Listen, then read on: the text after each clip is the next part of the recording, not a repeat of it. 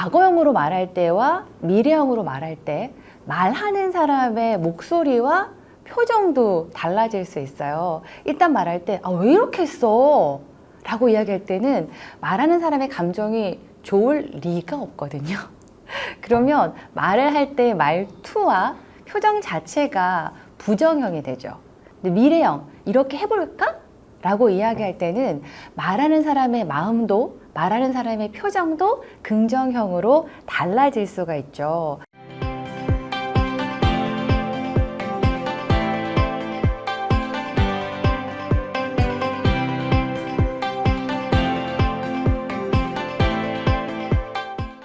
안녕하세요. 박혜은입니다. 하우코칭에서 파트너 코치로 활동하고 있습니다. 그리고 저희 주종목은 스피치 코칭입니다. 스피치 코칭이라고 떡하니 간판을 거니까 말하는 것이 더 조심스러워지는데요. 제가 지난번에 들리는 말을 하세요. 내가 하는 말을 상대방이 잘 알아듣도록 이야기해 주세요 라는 측면에서 표현의 말하기를 말씀드렸습니다. 오늘은 들리는 말하기의 두 번째, 내용의 말하기에 대해서 이야기를 나누려고 합니다. 꽤 유명했던 이 프로그램의 한 장면이었는데 거리를 지나는 초등학생에게 이 잔소리와 충고의 차이점이 뭔가요? 라는 질문을 던졌어요. 잔소리는 뭔지 모르게 기분이 나쁜데 충고는 더 기분 나빠요. 그냥 안 하는 게 나을 것 같아요. 자, 이 장면에 굉장히 많은 공감의 댓글이 달렸습니다. 이왕이면 안 하는 게 좋기는 하죠. 하는 사람 입장에서도 잔소리든 충고든 사실 노력을 해야 됩니다. 싫은 소리를 해야 되는 거니까요.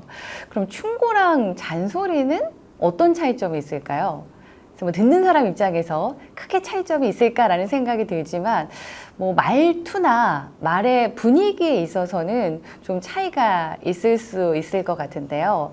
자, 내가 잔소리나 충고를 들었을 때 기분 좋을 리는 없지만 우리 안나와 피터에게 한번 질문을 던져보겠습니다. 자, 우리 상사분께서 이 화면을 보지 않기를 바라면서 직장 생활하시면서 꼭 지금의 직장이 아니더라도 왜 이렇게 이야기하시는 걸까?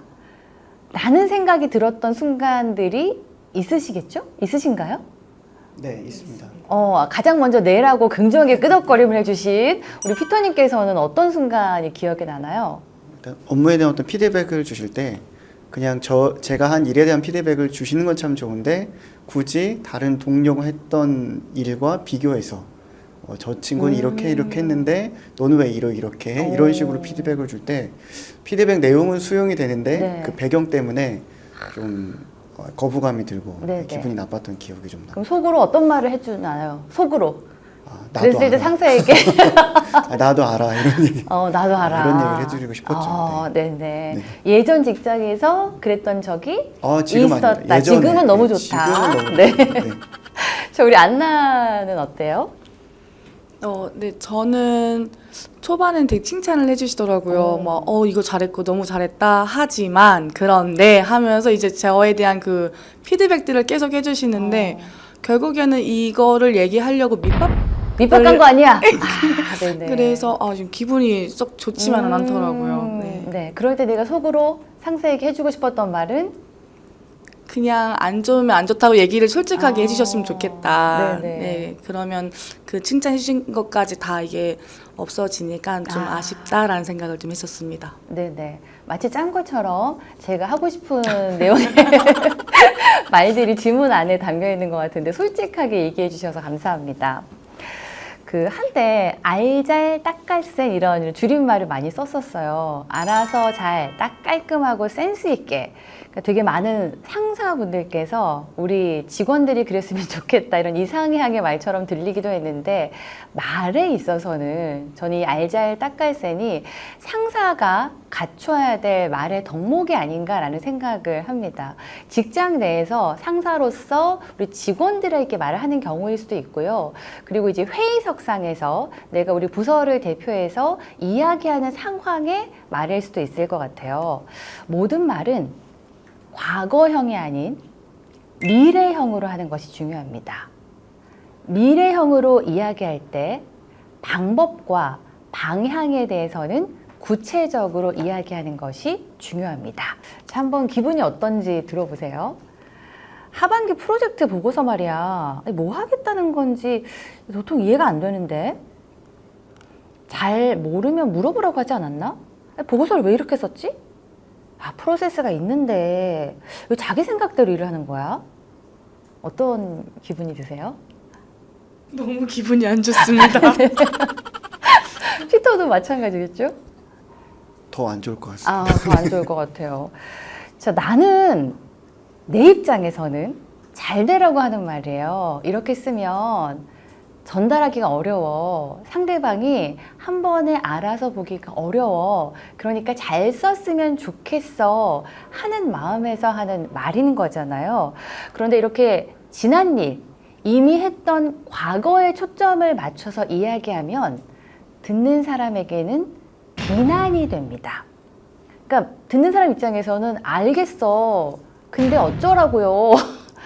예, 이런 반발감이 드는 거예요. 자, 그럼 다시 한번 들어볼게요. 아, 내가 열심히 하는 걸 봤는데 그 노력이 잘 보여지지 않아서 좀 속상하다. 앞으로 보고서를 쓸 때는 이런 점에 좀 집중하면 그 아이디어가 더 잘 눈에 띌 것 같아. 그 프로세스를 잘 활용하면 보고서 완성 시간도 좀 줄고 실수할 확률이 적더라고. 활용할 때 좀 어려운 부분이 있었을까? 자, 어떠세요? 우리 안나 피터 이렇게 얘기하면 어떤 느낌이 들까요? 이렇게 하면 되겠구나라는 좀 예, 생각도 들고 기분도 나쁘지 않고 좋습니다. 네, 제가 너무 답정 질문을 아니, 정말 건 좋았습니다. 아닐까요? 네. 아, 네. 아까 확실히 좀 다르게 느껴지셨나요? 네, 맞습니다. 네. 구체적으로 어떤 액션을 하면 개선이 되는지를 명확하게 설명해 주시니까 다음번에 내가 이렇게 해야겠다라는 생각을 바로 할 수 있어서 사소한 소통의 오해가 전혀 생기지 않았던 것 같아요. 네. 확실히 했던 일에 맞춰진 과거형보다는 어떻게 할까에 맞춰진 미래형에는 말에 힘이 있습니다.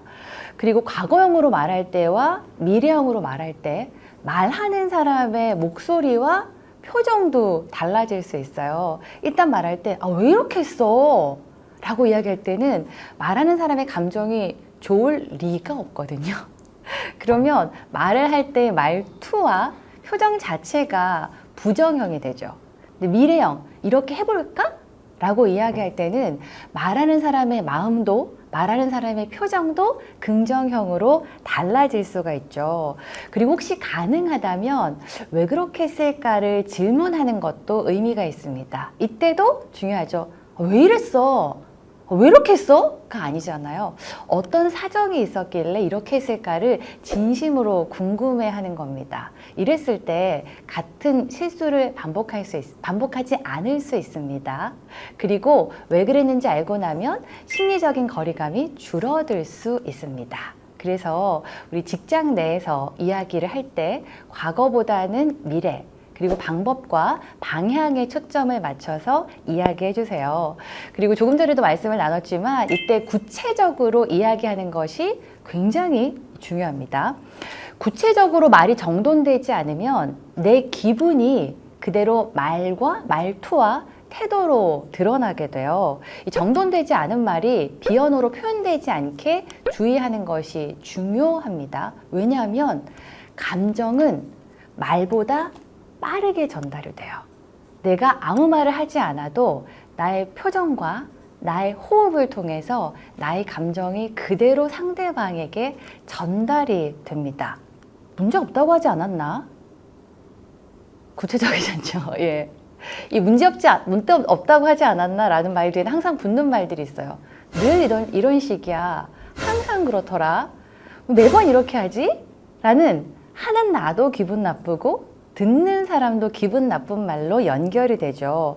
불가피하게 지적을 해야 되는 상황, 수정이 필요한 상황이 직장 내에서는 반드시 생깁니다. 이때 반드시 구체적으로 이야기해 주세요. 이 순간, 지금 이 순간에 어떤 행동이 문제가 되었는지, 그리고 그 행동으로 인해서 우리 팀, 그리고 우리 조직에 어떤 영향이 끼쳐졌는지, 그리고 그렇다면 어떻게 하는 것이 좋을지를 이야기하는 건데요. 감정은 정확하게 표현됐을 때는 문제가 되지 않아요.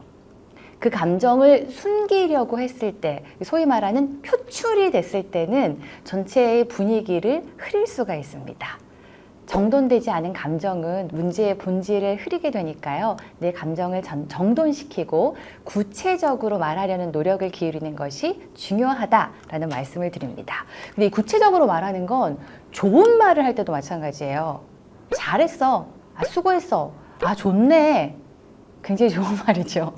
근데 또 다르게 생각하면 별 의미 없는 말일 수도 있습니다. 기분 나쁜 말은 아닌데 크게 나한테 영향을 끼치는 말도 아니에요. 고마운 감정이 실제로 상대방에게 느껴질 수 있게 이야기해 주세요. 구체적으로 어떤 행동이 고마웠는지, 그래서 그 행동에 대한 나의 감정은 어떤지를 되도록 자세히 말해줄 때 그 감정이 진심으로 상대에게 전달이 됩니다.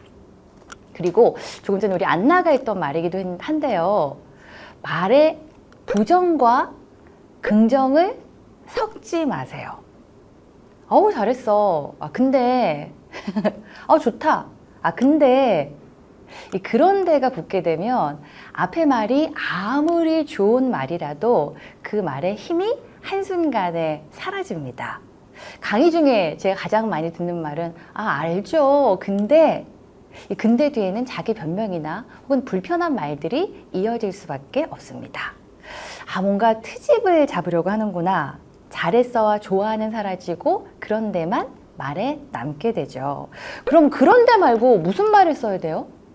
그런데 말고 무슨 말을 쓰면 앞에 했던 말도 살고 진짜 내가 하고 싶은 말도 잘 전달이 될까요?